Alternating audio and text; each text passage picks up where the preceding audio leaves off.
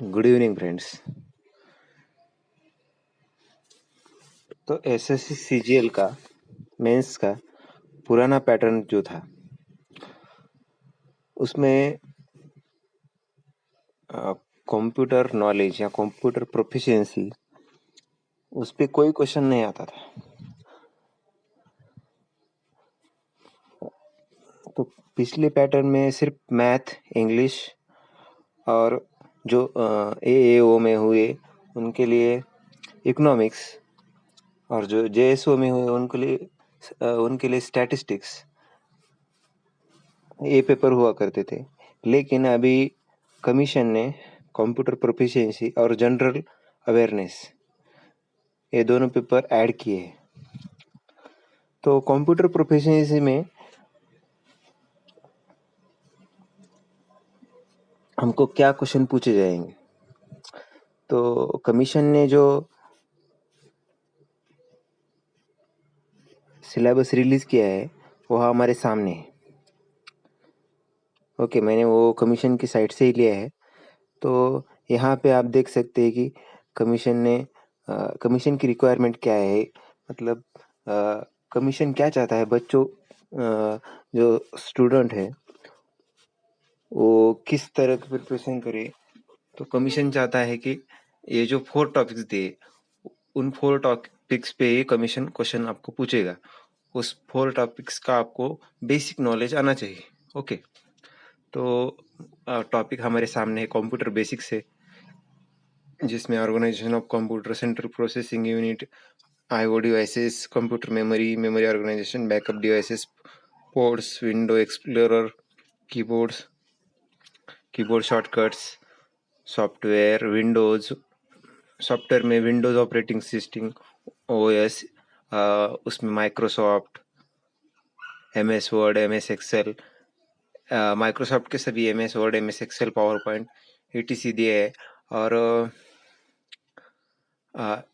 Internet के साथ working हमारा कैसा होगा, ईमेल्स कैसे भेजेंगे, वेब ब्राउजिंग क्या होता है, सर्चिंग क्या होता है, डाउनलोडिंग अपलोडिंग क्या होता है, मैनेजिंग एन ईमेल अकाउंट क्या होता है, ई बैंकिंग क्या होता है, और basics of networking and cyber security क्या होता है। उसमें नेटवर्किंग डिवाइसेस एंड प्रोटोकॉल्स क्या होते हैं, network and information security threats वो क्या होते हैं, उसमें थ्रेट्स में हैकिंग क्या होता है, वायरस क्या होते हैं, वॉर्म्स क्या होता है, ट्रोजन क्या होते, और प्रिवेंटिव मेजर्स उसके क्या होते, मतलब साइबर थ्रेट जो होते उसके लिए हम प्रिवेंटिव मेजर्स क्या कर सकते हैं। एंटीवायरस जैसा रहता है हमारा, वायरस को प्रिवेंट करने के लिए हम एंटीवायरस लगाए थे, तो प्रिवेंटिव मेजर्स क्या रहते हैं।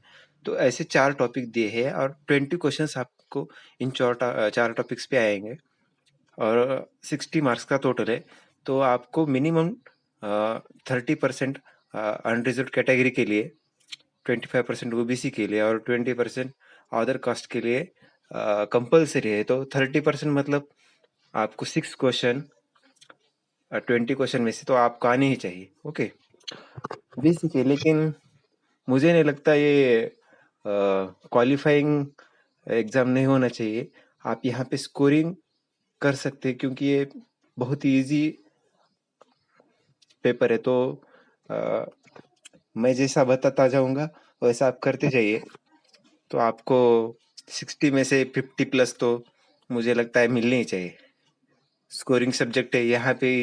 जो बच्चों जो इंजीनियरिंग वाले हैं, जो कंप्यूटर फील्ड से रिलेटेड है, वो यहाँ पे एडवांटेज लेंगे। ओके, तो जिनको कंप्यूटर से और इंजीनियरिंग साइड से कुछ कनेक्शन नहीं है, तो आप ये क्लास जरूर कर सकते हैं। ओके, तो क्लास करने के लिए मेरे चैनल को सब्सक्राइब कीजिए। ओके, तो अभी हम शुरू करते हैं। फर्स्ट चैप्टर है हमारा कंप्यूटर बेसिक्स। कंप्यूटर बेसिक्स में ऑर्गेनाइजेशन ऑफ कंप्यूटर्स, वो मैं आपको अभी पढ़ाऊंगा। ओके, तो ऑर्गेनाइजेशन ऑफ कंप्यूटर क्या रहता है?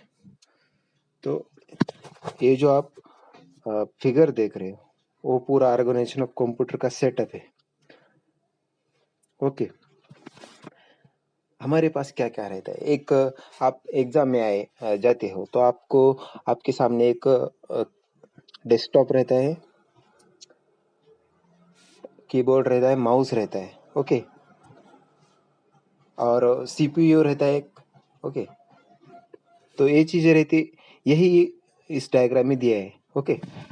इनपुट दिया है, आउटपुट दिया है, स्टोरेज यूनिट दिया है और यहाँ पे सीपीयू दिया है, ओके? तो इनपुट यूनिट्स क्या रहते हैं? इनपुट यूनिट्स मतलब आपके पास कीबोर्ड है, आपके पास माउस है, ये सब को हम इनपुट यूनिट बोलते हैं, ओके? अ, आपको मैं बाद में डिटेल बताऊंगा, अभी ये डायग्राम मैं आपको एक्सप्लेन कर रहा हूँ, ओके? इनपुट यूनिट जब भी आप कीबोर्ड से आप कुछ टाइप करते हो तो क्या होता है, यहाँ मेमोरी में जाता है, ओके? मेमोरी क्या करती है, आपके ऑपरेशन जो सब होते हैं वो तो सेंट्रल प्रोसेसिंग यूनिट में होते हैं, जहाँ पे कंट्रोल यूनिट और अरिथमेटिक लॉजिक यूनिट ये जो है ये दोनों ऑपरेशन करते हैं और वो बाद में फिर से वो स्टोरेज यूनिट को पास करते हैं और बाद में आपका आउटपुट आता है। आउटपुट मतलब आपके डिस्प्ले स्क्रीन पे आप जो कीबोर्ड पे राइट करते हो वो आपके डिस्प्ले पे आ जाता है, उसी को हम आउटपुट कहेंगे, ओके? रिजल्ट कहेंगे। तो फिर अभी हम एक एक करके देखेंगे। पहले इनपुट यूनिट क्या होते हैं, ओके? तो इनपुट यूनिट्स हमारे पास ये है, इतने सारे जो है उनको हम इनपुट यूनिट्स कहते हैं, ओके? तो इनपुट डिवाइसेस ऑफ कंप्यूटर्स, उनको इनपुट यूनिट कहा जाता है, okay? Keyboard, mouse, scanner, track ball, joystick, light pen, touch screens, optical card reader, magnetic ink character recognition, optical barcode reader, voice recognition devices, optical mark reader, ये सब input devices. अभी keyboard क्या करता है, हम टाइप करते हैं, हमने ये वाली की प्रेस की तो हमारे डिस्प्ले पे हमको ए दिखाई देता है, ओके? तो हम इनपुट देते हैं, वहाँ पे आउटपुट आ जाता है। वैसे ही माउस क्या करता है, माउस क्लिक करता है, कोई फाइल ओपन हो जाती है। माउस भी एक इनपुट देता है तो आउटपुट हमारे हमको मिलता है वहाँ पे डिस्प्ले पे। वैसे ही स्कैनर क्या करता है, कोई डॉक्यूमेंट है वो स्कैन करता है, ओके? वो इनपुट देता है, हमारा आउटपुट डिस्प्ले पे आ जाता है। वैसे ही track ball, joystick, light pen, ये सब के सब इनपुट यूनिट या इनपुट डिवाइसेस आप बोल सकते हो, ओके? तो आपको ये सब याद करने हैं। आपको एग्जाम्पल में डायरेक्टली क्वेश्चन आता है, what is track ball, input device, output device, और इनपुट एंड आउटपुट बोथ और नन ऑफ दिस, ओके? तो आप डायरेक्टली आंसर कर सकते हैं कि it is a input device, okay? तो आप इसका स्क्रीनशॉट ले सकते हैं। अ, उसके बाद देखेंगे हम what are the primary storage and secondary storage, okay? तो प्राइमरी स्टोरेज क्या रहता है? प्राइमरी स्टोरेज को हम मेन स्टोरेज भी बोलते हैं। मेन स्टोरेज मतलब इंटरनल मेमोरी रहती है हमारी, जो कंप्यूटर की इंटरनल मेमोरी है उसको हम प्राइमरी स्टोरेज बोलते हैं। और तो वो क्या रहती है, वोलेटाइल मेमोरी रहती है, ओके? रैम, रोम, कैशे, पी रोम, ई रोम, ये सब प्राइमरी स्टोरेज के टाइप है, ओके? रैम का लॉन्ग फॉर्म में रैंडम एक्सेस मेमोरी और रोम का रीड ओनली मेमोरी। तो ये दोनों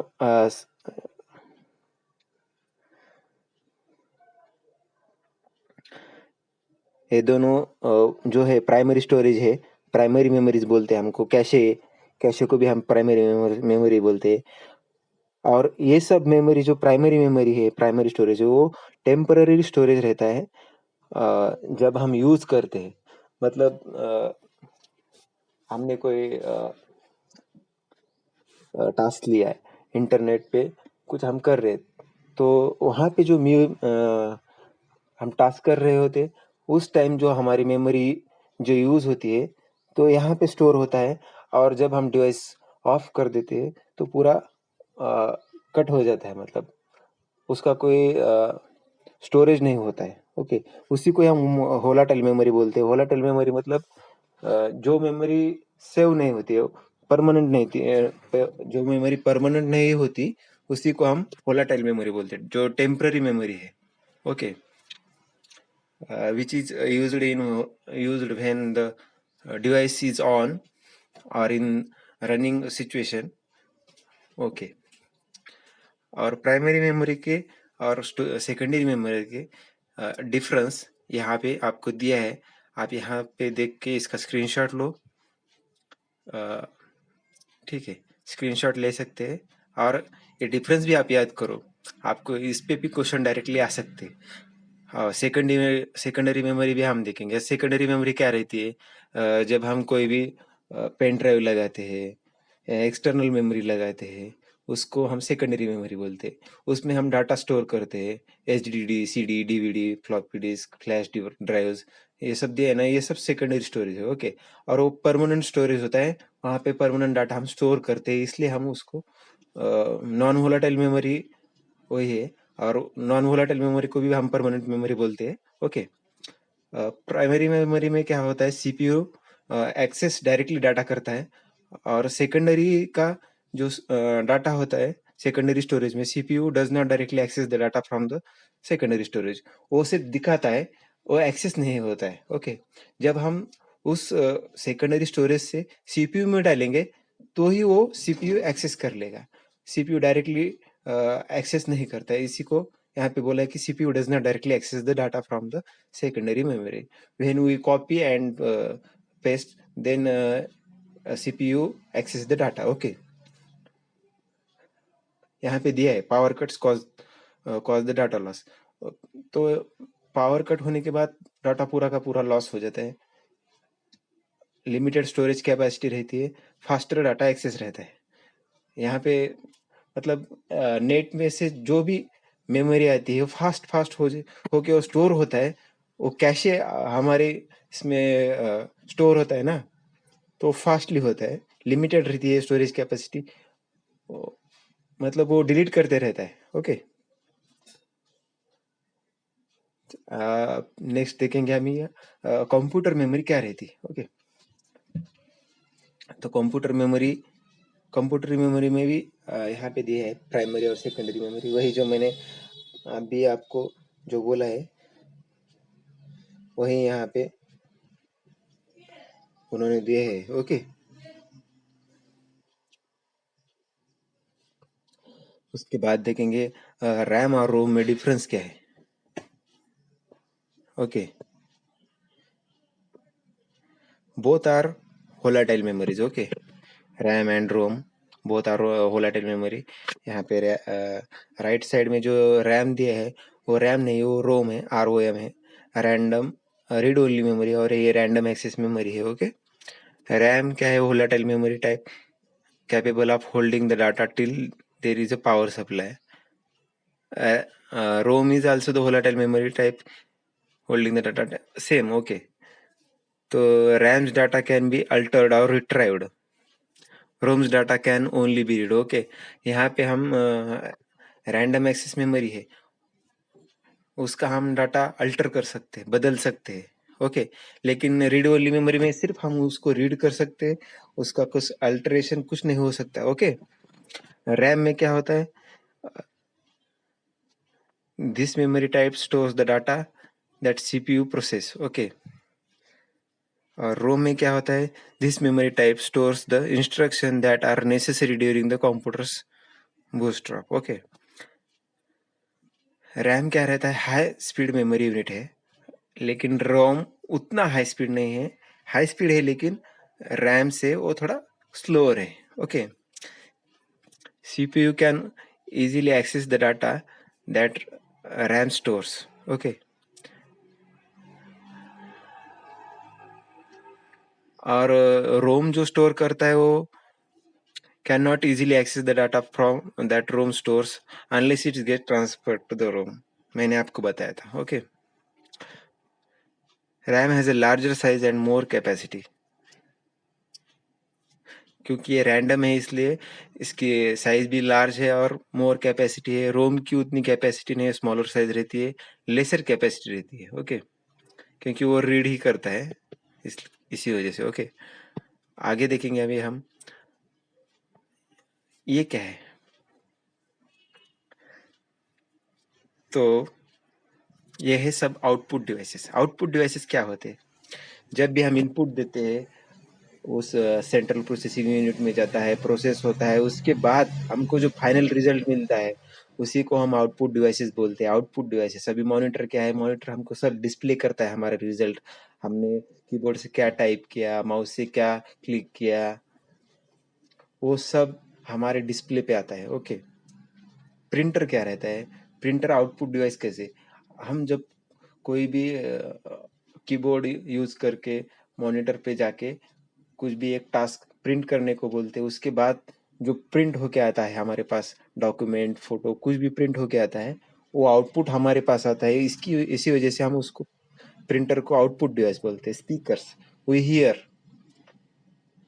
हम एक सीडी डालते हैं, वो पेन ड्राइव हो कुछ भी हो, या कुछ गाना है हम दबाते हैं, और उसके बाद हमारा हमको फाइनली साउंड मिलता है।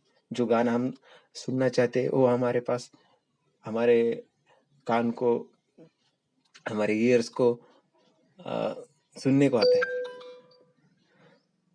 तो स्पीकर्स क्या है? Output device. Headphones similar. Projector, projector क्या करता है? दिखाता है हमें, प्रोजेक्शन करता है जो हमको चाहिए। कोई भी पावर पॉइंट प्रेजेंटेशन हो तो projector is also output device. Same touch screen, plotter. A touch screen आप याद रखिए, ये भी एक आउटपुट डिवाइस है। आप इसको इनपुट बोलेंगे लेकिन एक्चुअली आउटपुट डिवाइस है। ओके, प्लॉटर, जीपीएस, और भी आप विकिपीडिया पे सॉरी, हाँ, और भी आप गूगल पे सर्च कर सकते हैं, what are the output devices in the computer and also the what are the input devices in the computer. Okay, आप थोड़ी देख लीजिए। मुझे तो लगता है ये काफी है, लेकिन फिर भी आप देख लीजिए। ओके, तो आपको क्वेश्चन आते हैं कि इज द प्लॉटर इनपुट और output device? Okay, GPS is also output device. तो नेक्स्ट हम देखेंगे आईओ डिवाइसेस क्या रहते हैं। Okay, IO, input output devices. जहाँ पे हम डेफिनेशन ही देखेंगे। IO devices describes any operation program or device that transfer data to or from a computer. To means computer को, और from means कंप्यूटर से। तो हम कंप्यूटर को और कंप्यूटर से जो डाटा ट्रांसफर करते हैं और डाटा जो लेते हैं, उन डिवाइस को हम इनपुट आउटपुट डिवाइसेस बोलते हैं। ओके, तो printers, typical IO devices are printers, hard disk, keyboards and mouses. तो प्रिंटर्स, प्रिंटर्स क्या होते हैं? और बोला है यहाँ पे, ये सभी जो हमने पढ़े इनपुट आउटपुट डिवाइसेस पिछले, सबको आईओ डिवाइसेस बोलते हैं। ओके,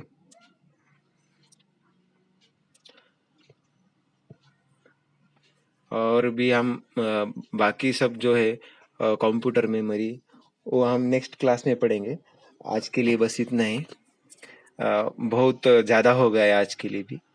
तो बाकी जो जो हमारे कंप्यूटर बेसिक्स में थोड़ा बचा है, तो कंप्यूटर मेमोरी, कीबोर्ड शॉर्टकट्स में शॉर्टकट कीज जो रहते हैं, मतलब F5 रिफ्रेश के लिए, Alt F4 शटडाउन के लिए, तो वो जो शॉर्टकट कीज है सब मैं बताऊंगा बाद में आपको नेक्स्ट क्लास में। तो आज के लिए इतना ही। थैंक यू, मिलते फिर। Bye bye.